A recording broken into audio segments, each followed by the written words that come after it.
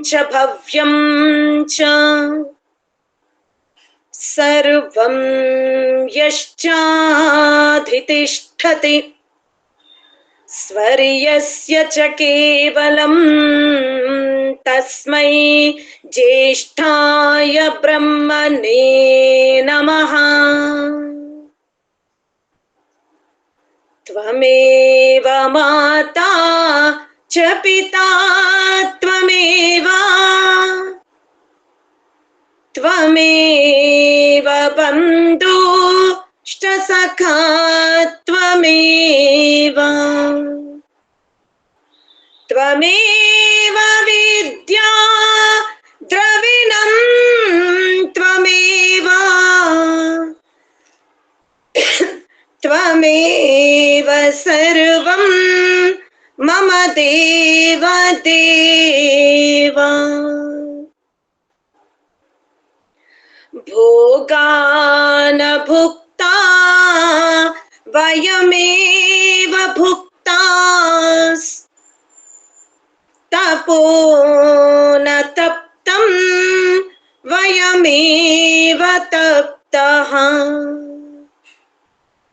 कालो न यातो वयमेव यातास् तृष्णा न जीर्णा वयमेव जीर्णाः।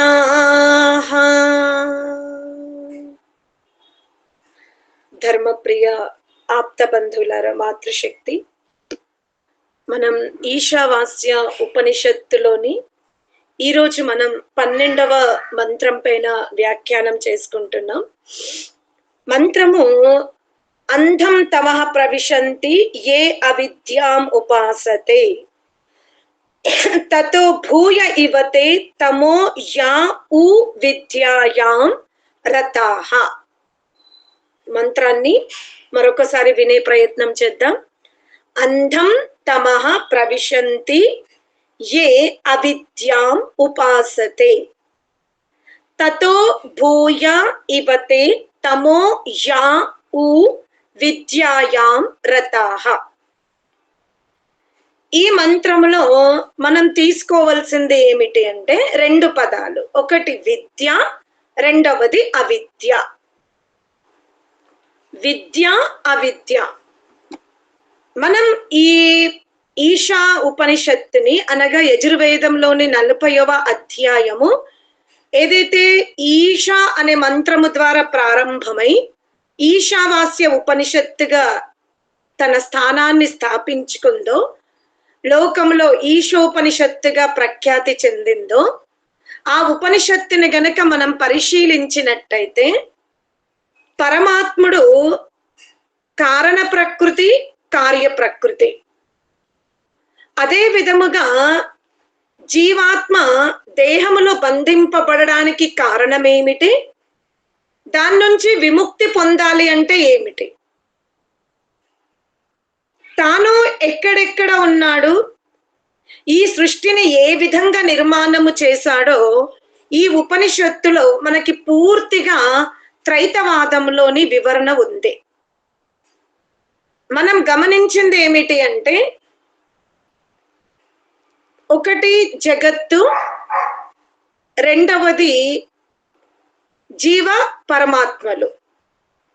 మనం తెలుసుకోవాల్సింది ఒకటి జగత్తు, రెండవది జీవాత్మ పరమాత్మల యొక్క స్వరూపం. ఇక్కడ ఈ జగత్తు ఇలాగే కార్యరూపముతో ఉంటుందా, లేదా దీన్ని ఎవరైనా కారణంలోకి మార్పు తీసుకొస్తారా? ఒకవేళ జగత్తు స్వయముగా మూలంలోకి మారుతుందా, లేదా మూలము నుండి కార్యంలోకి స్వయముగా వస్తుందా అనేది మనం ఈ ఉపనిషత్తులో తెలుసుకునే ప్రయత్నం చేస్తూ ఉన్నాం. మనం ఇక్కడ గమనించుకోవాల్సింది ఏమిటి అంటే, ఇప్పుడు మనం ఏదైతే ధరించుకొని ఉన్న ఈ శరీరం ఉందో, ఈ శరీరములో మనము గత వారం ఉపన్యాసములో వినాశేన మృత్యుము తీర్త్వ సంభూత్య అమృతమశ్నుతే అనే ఆ ముందు ప్రకృతి గురించి వివరణ ఇచ్చిన తర్వాత జీవాత్మకు మళ్ళీ పరమాత్ముడు ఎక్కడికి తీసుకెళ్తున్నాడో మీరు గమనించారు. ముందు జీవాత్మ ఏదైతే శరీరాన్ని ధరించుకొని ఉంటుందో ఆ శరీరము ఏ ఏ పదార్థాల ద్వారా తయారైంది? ఇలా ఒక శరీరము నుండి మరొక శరీరములోకి వెళ్ళేటప్పుడు తనెంబడ ఏం తీసుకెళ్తుంది? స్థూల దేహ యొక్క వ్యవస్థ ఏమిటి? కారణదేహాన్ని సూక్ష్మదేహాన్ని ఎవరు విచ్ఛిన్నం చెయ్యాలి? అది ఎవరి వల్ల సాధ్యమవుతుంది? ఏ మార్గంలో వెళ్ళినప్పుడు మనం విచ్ఛిన్నం చెయ్యగలుగుతాము అనేది తెలుసుకున్నాం. ఇప్పుడు ఈ మంత్రములో కేవలం జీవుడు ఏదైతే శరీరాన్ని ధరించుకొని ఉన్నాడో, అంతకుముందు మంత్రాన్ని గనక మనం గమనించినట్టయితే మొత్తం బ్రహ్మాండము, ఆ బ్రహ్మాండములోని కార్యరూప జగత్తు, తర్వాత ఆధారమైన మూల జగత్తు గురించి మనకు వివరణ ఇచ్చాడు. ఆ తర్వాత నెమ్మదిగా ఎక్కడికి తీసుకొచ్చాడు జీవాత్మని పరమాత్ముడు అంటే శరీరం వైపు తీసుకొచ్చాడు. ముందు జగత్తు వైపు తీసుకెళ్ళాడు. ఆ పరమాత్ముని యొక్క ఉపదేశము గనక మనం గమనిస్తే ఆయన ఎంతటి గొప్ప గురువో మీరు చూడండి. ఈ అధ్యాయాన్ని గనక మీరు పరిశీలిస్తే ముందేమో తన పరిచయం ఇచ్చాడు. ఆ తర్వాత ఈ శరీరమున ఉన్నప్పుడు జీవుడు ఎలా వ్యవహరించాలో చెప్పాడు. ఆ తర్వాత ఈ కార్యరూప జగత్తు, దీనికి ఎన్ని కారణాలు, దీని వెనుక ఉన్నటువంటి రహస్యం ఏమిటి అంటే, ఎప్పటి వరకైతే బ్రహ్మాండ యొక్క పదార్థ విజ్ఞానము జీవుడు అవగతము చేసుకోడో, విశాలమైనటువంటి స్థూల జగత్తుని ఎప్పటి వరకైతే జీవుడు అర్థం చేసుకోడో అప్పటి వరకు జీవాత్మకు ఈ పిండము గురించి అవగాహన రాదు. అందుకనే ముందు పరమాత్ముడు కారణము కార్యము అనగా ఈ బ్రహ్మాండమంతా ఎక్కడ లయమవుతుంది, ఎవనిలో లయమవుతుంది దాన్ని చెప్పిన తర్వాత ఇక జీవుడు ధరించుకున్నటువంటి దేహం గురించి చెప్పాడు. ముందు బ్రహ్మాండం గురించి చెప్తున్నాడు. ఆ తర్వాత నెమ్మదిగా జీవుడు ధరించుకొని ఉన్న దేహం గురించి చెప్పాడు. జీవుడు ఈ దేహమున ఉండడానికి కారణం ఏమిటి? ఈ విధమైన వివిధ దేహాల యందు ప్రవేశించడం, మళ్ళీ బయటకు రావడం, దానికి గల కారణాలను కూడా చెప్పాడు. ఈరోజు విద్య అవిద్య అంటే ఏమిటో చెప్పడానికి ప్రయత్నిస్తూ ఉన్నాడు. ఇక్కడ విద్య అవిద్య అనేది ప్రకృతికి సంబంధించింది కాదు, అది కార్యరూప జగత్తుకు సంబంధించింది కాదు ఆ పదం. అలాగే కారణరూప జగత్తునకు సంబంధించింది కూడా కాదు. విద్య అవిద్య అనేది జీవాత్మకు పరమాత్ముడు జీవాత్మ ఏ కారణాల వలన ఈ కారణ సూక్ష్మ స్థూల దేహ మిశ్రితమైన దేహాదుల యందు ఎందుకు బంధింపబడాల్సి వస్తుంది, ఎలా తొలగించుకోవాలో గత మంత్రములో చెప్పాడు. అసలు ఇప్పుడు ఇక్కడ ఎందుకు బంధింపబడుతుంది? ఎప్పుడైతే మూల కారణం జీవాత్మకు తెలియదు, ఇప్పుడు పుట్టినప్పుడు తొలగించుకుంటది, మళ్ళీ అక్కడికే వస్తుంది కదా. జీవుని యొక్క స్వభావం ఏమిటి? ఎప్పుడు ఒకేలాగా ఉండదు, ఎప్పుడు సుఖైశ్వర్యాలనే కోరుకోదు, అవే లభించవు. ఎప్పుడు ఒకే దేహములో ఉండదు, ఎప్పుడు మోక్షములో ఉండదు. ఇది జీవాత్మ యొక్క స్వభావం. నిత్యము జీవుడు బంధనములో ఉండడు, అలాని నిత్యము జీవుడు మోక్షములో కూడా ఉండడు. ఎప్పుడైతే సామర్థ్యం ఎక్కువైతుందో అప్పుడు మోక్షానికి వెళ్తాడు. శ్రమకి తగ్గట్టుగా మోక్ష సుఖాన్ని అనుభవించిన తర్వాత మళ్ళీ ఆత్మ సామర్థ్యాన్ని బట్టి మళ్ళీ ఇక్కడికి వచ్చేస్తాడు. ఇలా రావడం పోవడం ఇది నిరంతరము జరుగుతున్న ప్రక్రియ. ఇక్కడ విద్య అవిద్య అంటే, విత్ అంటే జ్ఞానం. విత్ అనే పదం జ్ఞానానికి విదజ్ఞానే అంటే జ్ఞానం. యా అంటే అందులో రమింపబడడం, మునిగి తేలడం. విద్యయందు మునిగి తేలితే ఏ ఫలము అనుభవిస్తాడు, అవిద్యయందు మునుగుతే ఏ ఫలం అనుభవిస్తాడో ఈ మంత్రం చెప్తుంది. అంధం తమః ప్రవిశంతి ఏ అవిద్యాం ఉపాసతే. ఏ జీవాత్మ అయితే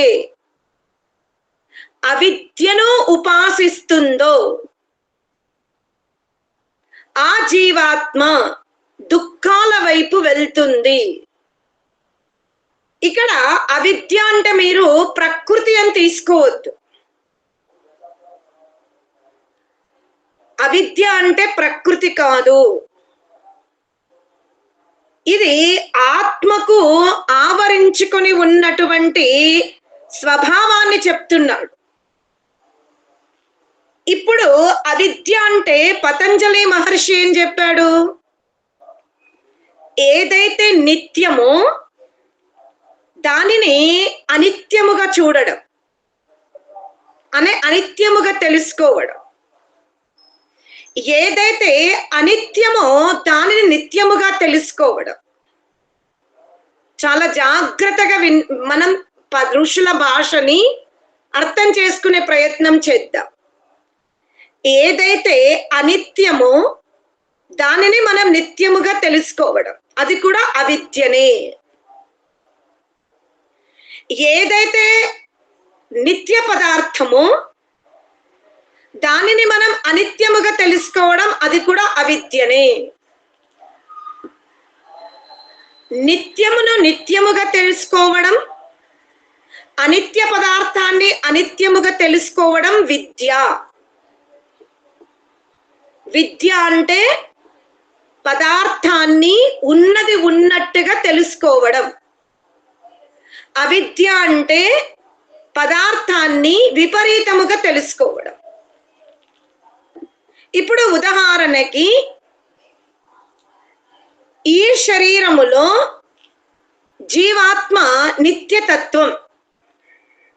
అది ఏనుగులోకి పోతే పెద్దగవ్వడం, చీమ శరీరంలోకి వెళ్తే చిన్నగవ్వడం, వికసింపబడ్డం, మళ్ళీ వ్యాకోచింపబడ్డం, ఇది జీవాత్మ లక్షణం కాదు.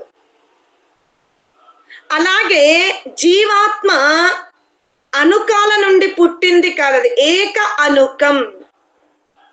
అది ఇప్పుడు మన చర్మ చక్షువులని తీసుకున్నా, మన కేశములను తీసుకున్నా, మన శరీరంలో ఏ పదార్థాన్ని తీసుకున్నా ఇందులో మనకి ఈ పరమాణువుల యొక్క సంయోగం అగుపడుతుంది. ఉదాహరణకి మీరు ఒక ఘటం అంటే కుండని తీసుకోండి.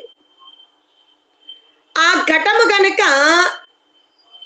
ఉపయోగపడడానికి వీలు లేదు, పగిలిపోయింది అని అనుకుందాం. అప్పుడు దాన్ని మనము బయట పెడతాం. అప్పుడు పిల్లలు ఏం చేస్తారు? దాన్ని ఇంకా చిన్న చిన్న ముక్కలు చేస్తారు. ఇంకా కొంతమంది పిల్లలు ఏం చేస్తారు? దాన్ని చూర చూర చేస్తారు. ఇంకా కొంతమంది ఏం చేస్తారు? ఆ చూరని ఆకాశంలో ఒకరి మీద ఒకరు చల్లుకుంటూ ఉంటారు.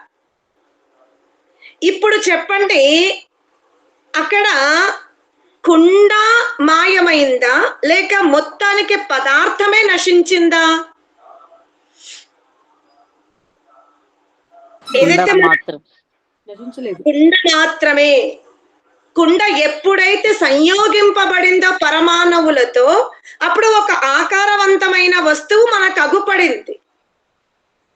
దాన్ని మనం ఎప్పుడైతే విభజించామో ఆ పదార్థాలు విడివిడిగా అక్కడ ఉన్నవి.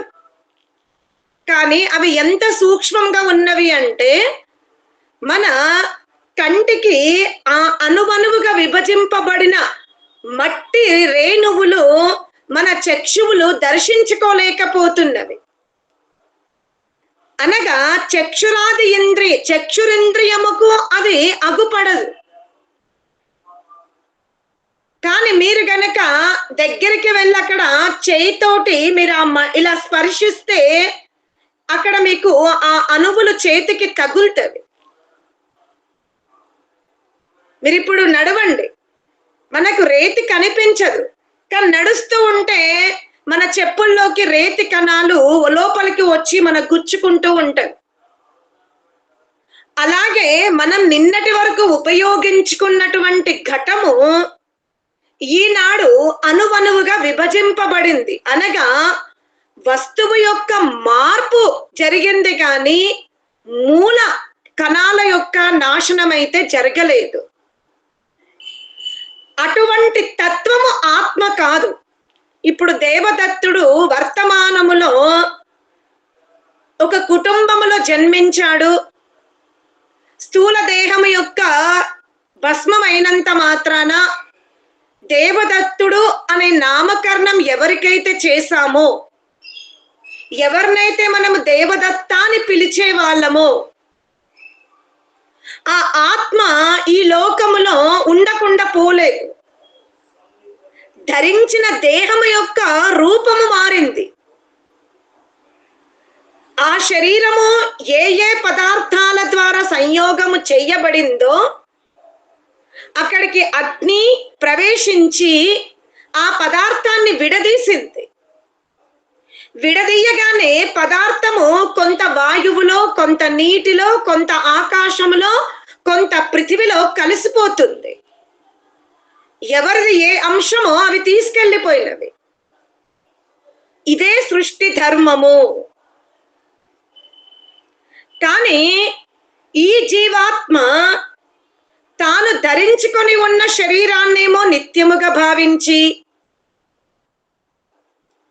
తన స్వరూపాన్ని అనిత్యముగా భావించినట్టయితే, అనగా మరణించడము అంటే,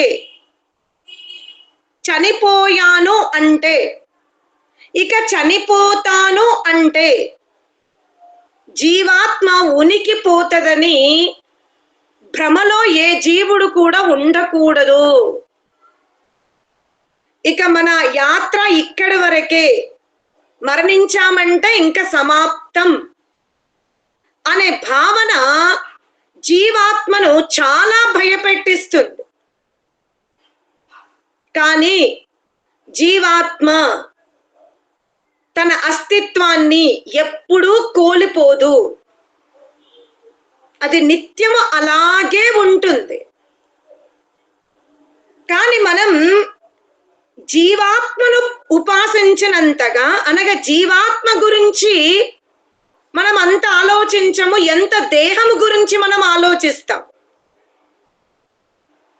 అనగా ఈ దేహానికి మీరు సుగంధ ద్రవ్యాల యొక్క లేపనము చెయ్యండి.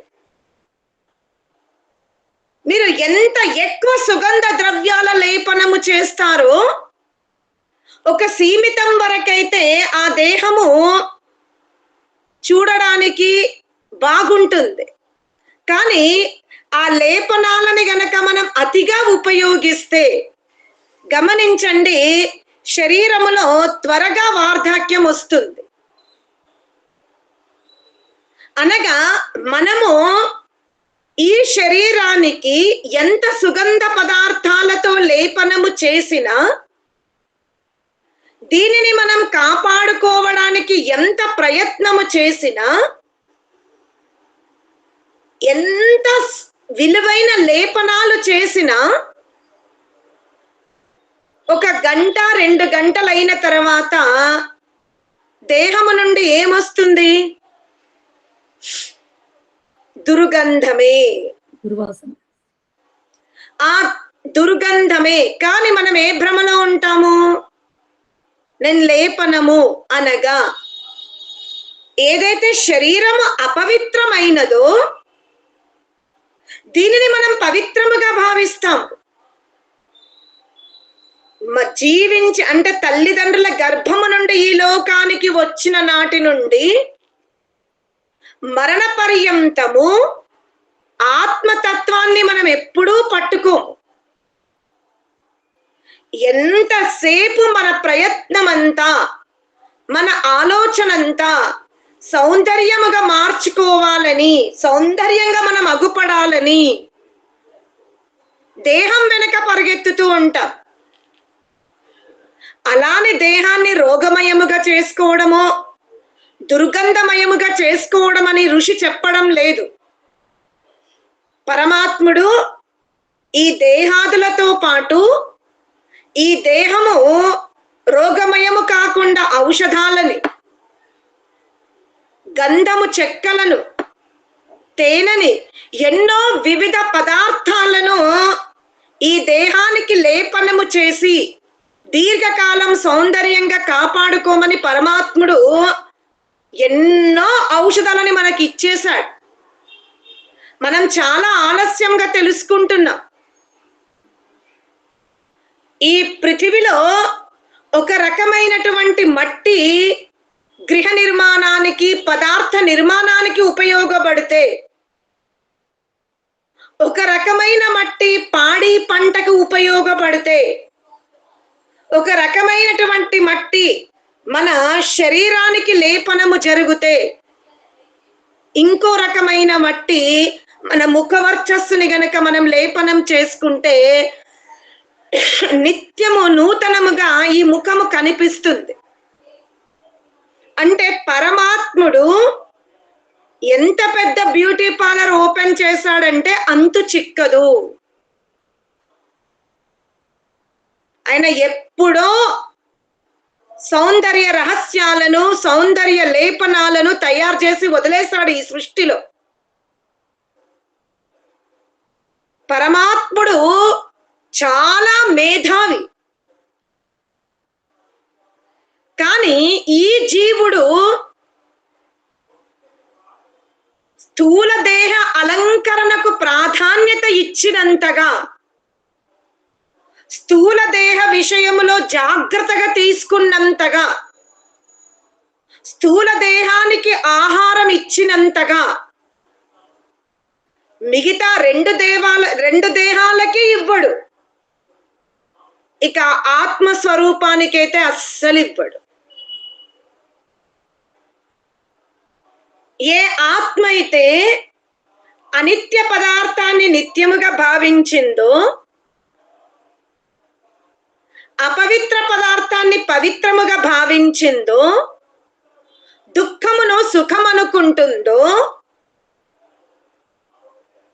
దీనికి మళ్ళీ వ్యతిరేకముగా సుఖమును దుఃఖముగా అనుకోవడం, పవిత్రమును అపవిత్రం అనుకోవడం, శుచిని అశుచిగా అనుకోవడం,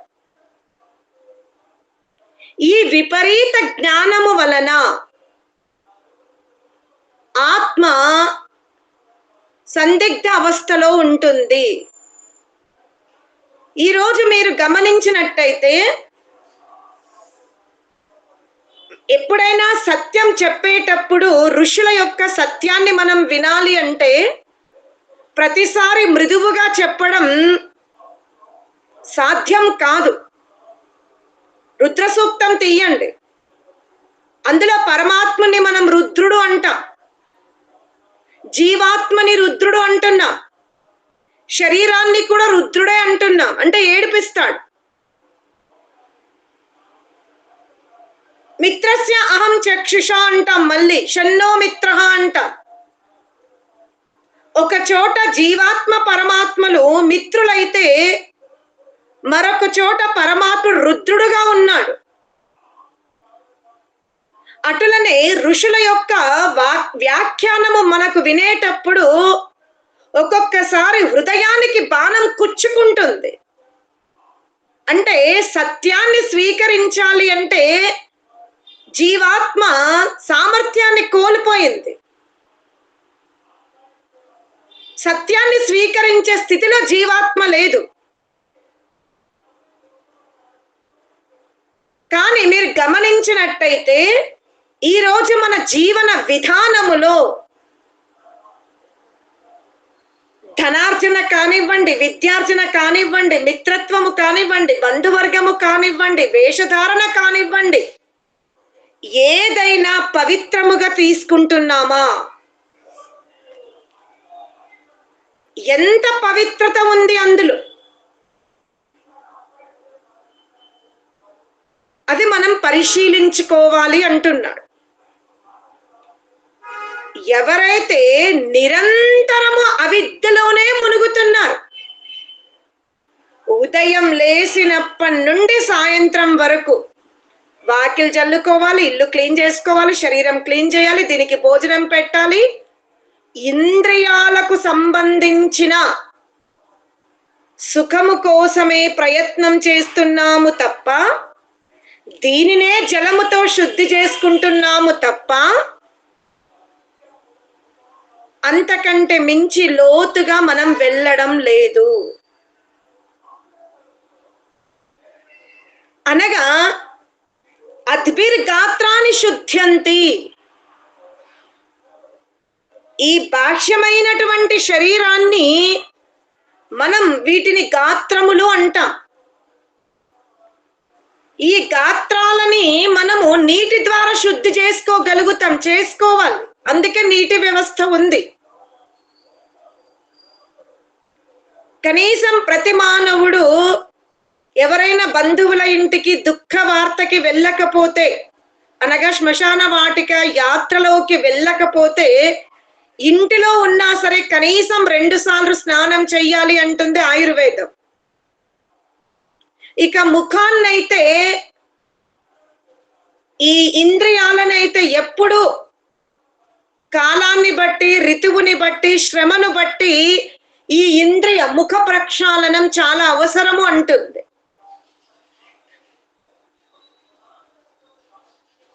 మొత్త స్నానము 2 సార్లు చేసినప్పటికీ హస్త ప్రక్షాళనము, పాద ప్రక్షాళనము, ముఖ ప్రక్షాళనం అయితే దాదాపు మనము ఋతువులని బట్టి అధిక సార్లు చేసుకోవాలి అంటుంది. ఇలా చెప్పినటువంటి ఈ శాస్త్రములో అద్భిర్గాత్రాన్ని శుద్ధ్యంతే మనః సత్యేన శుద్ధ్యతే. ఇప్పుడు ఈ పిండాన్ని తీసుకుంటే, ఈ కుప్పని మనం తీసుకుంటే, ఈ భాగాన్ని మనం తీసుకుంటే, కేశముల యొక్క చివరి భాగము నుండి అవి ఎంత పొడుగ్గా ఉన్నాయో ఆ భాగముతో మన యాత్ర సాగిస్తే పాదాల యొక్క అరిపాదము వరకు మనం నీటితో శుద్ధి చేసుకుంటున్నాం. మీరు కేశాలని శుద్ధి చేసుకోకపోయినా, పాదములను శుద్ధి చేసుకోకపోయినా, ఏది శుద్ధి చేసుకోకపోయినా దుర్గంధమే, వ్యాధులే.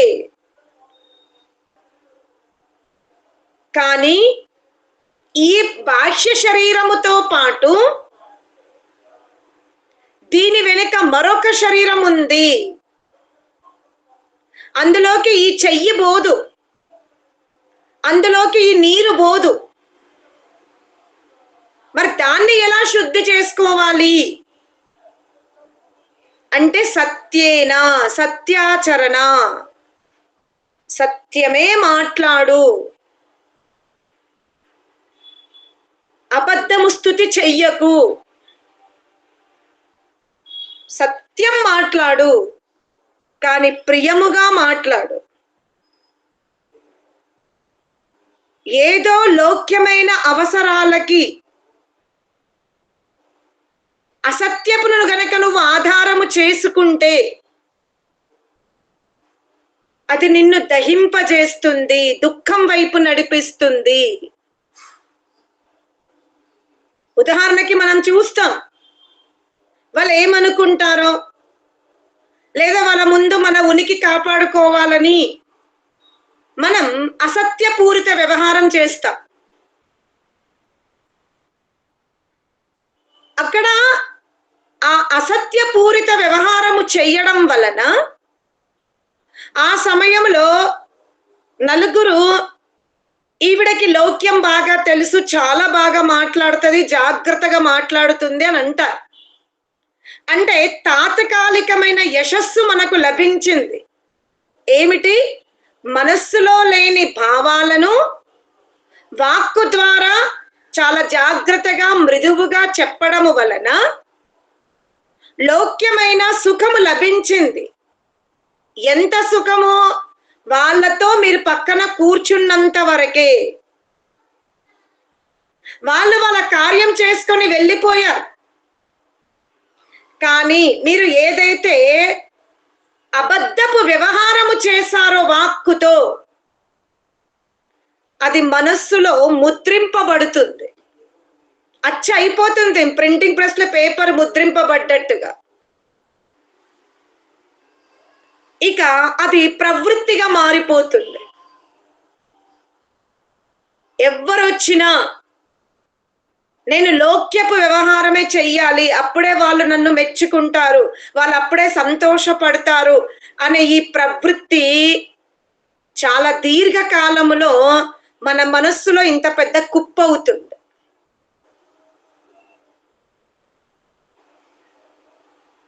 మనం అబద్ధమాడినటువంటి అబద్ధపు స్వభావం అనే ప్రవృత్తిని ఏదైతే మనం మార్చుకున్నామో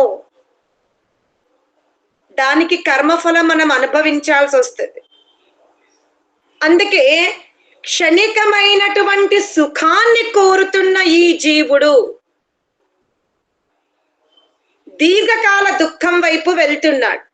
ఎప్పటి వరకైతే ఈ మనస్సులో అబద్ధపు ప్రవృత్తి ఉందో అప్పటి వరకు జీవాత్మ వివిధ శరీరాదులను పొందవలసి వస్తుంది. అందుకే అందం తమః ప్రవిశంతి అన్నాడు. ఏ జీవాత్మ అయితే మనస్సుని శుద్ధి చేసుకోలేదో, జడత్వాన్ని ఉపాసించింది, అక్కడ లౌక్యమైన కీర్తి, తనకంటూ ఒక స్థానము రావాలని, తనకంటూ ఒక యశస్సు దక్కాలని ప్రవృత్తిగా మార్చుకుంది.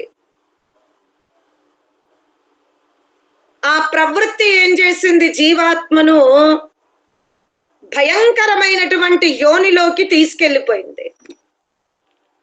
పొగడ్త క్షణికమైంది, యోని దీర్ఘకాలమైంది జీవాత్మకి. అందుకే అంధం తమః ప్రవిశంతి. ఏ మానవుడైతే మానవ జన్మ ఎత్తిన తర్వాత దీర్ఘకాల ఆయువుని పొందిన తర్వాత, దృఢమైన శరీరాన్ని పొందిన తర్వాత,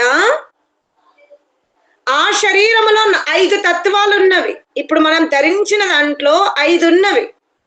ఒకటి పరమాత్మ, రెండవది జీవాత్మ, కారణదేహము, సూక్ష్మదేహము, స్థూల దేహము.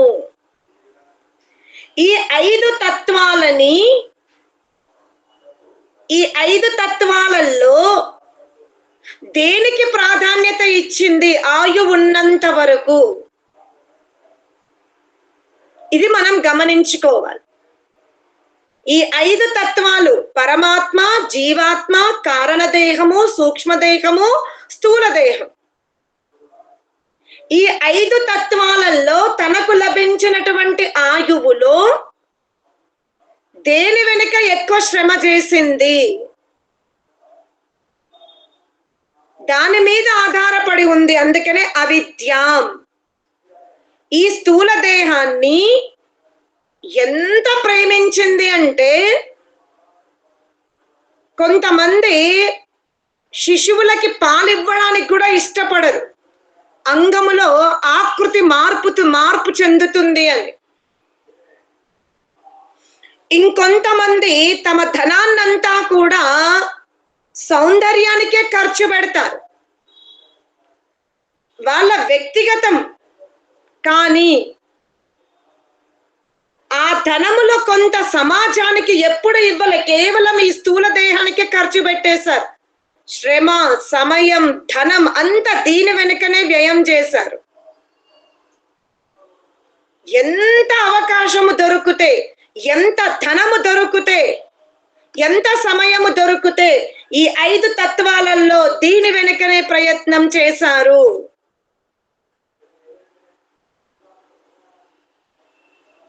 ఇది అవిద్య. అనగా స్థూల దేహం యొక్క సంరక్షణను లక్ష్యముగా పెట్టుకొని ఎంత ప్రయత్నము చేసినప్పటికీ కూడా ఇది అపవిత్రమైనదే, అనిత్యమైనదే. మరి దీని తర్వాత ఈ 4 ఏవి? ఇదైతే అనిత్యమే.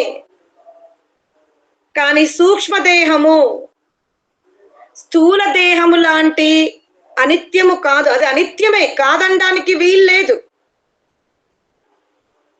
కానీ జీవాత్మ ఎప్పటి వరకైతే మోక్షాన్ని కోరుకోదో, మోక్ష కోసం ప్రయత్నం చెయ్యదో, అప్పటి వరకు ఈ 2 దేహాలు జీవాత్మతో ఉంటవి.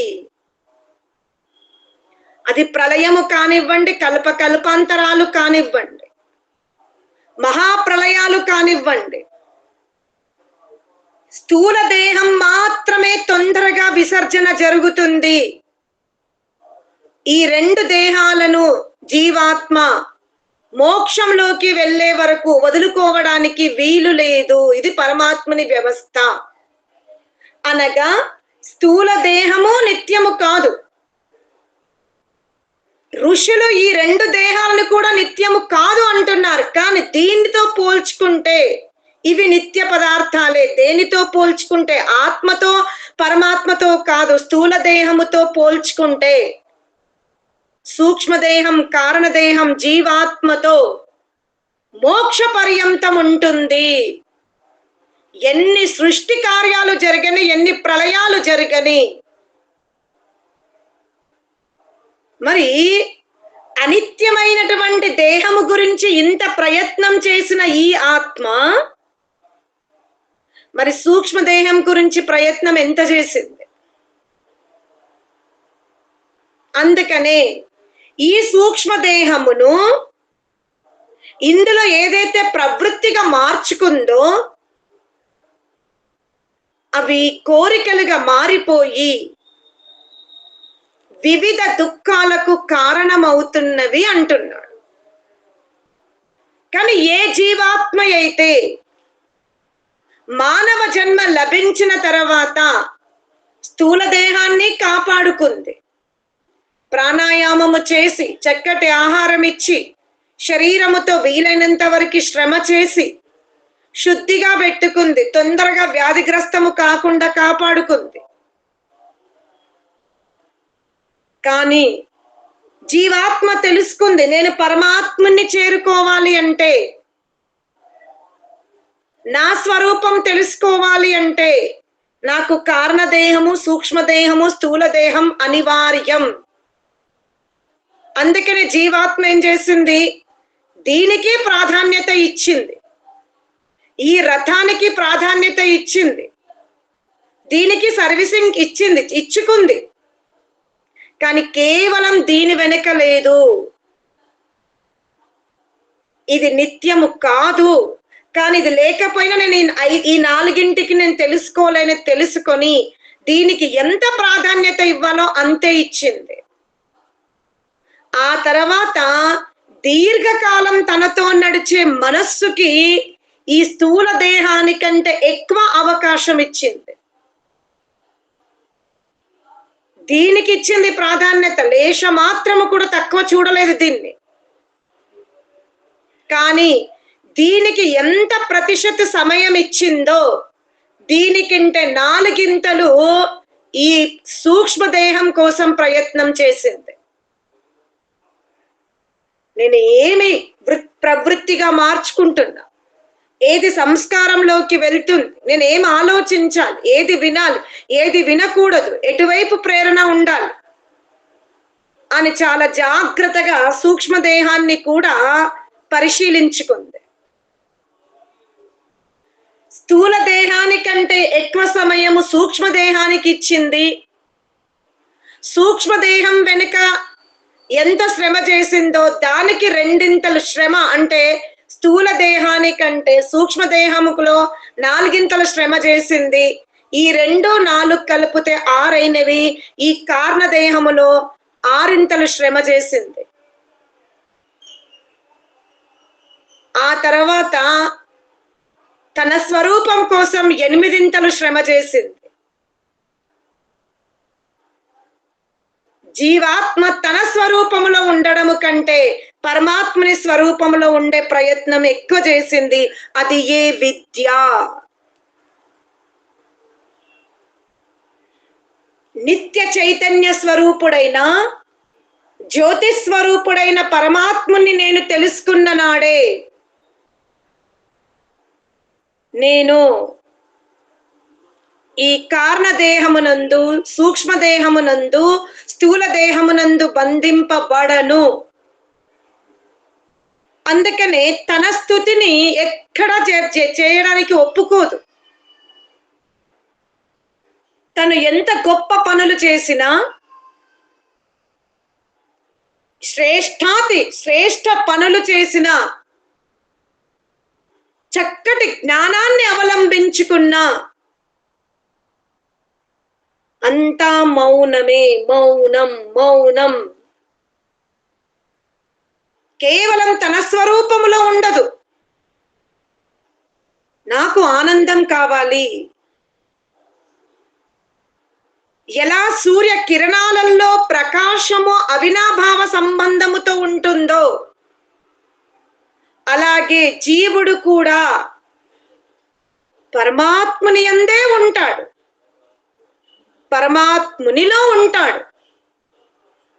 పరమాత్ముని ఒడి నుండి వేరు కాడు. ఎందుకంటే పరమాత్ముడు యథార్థమైన నిత్య స్వరూపుడు, సంపూర్ణ జ్ఞాని. అతని ప్రకాశానికి గ్రహణం పట్టదు.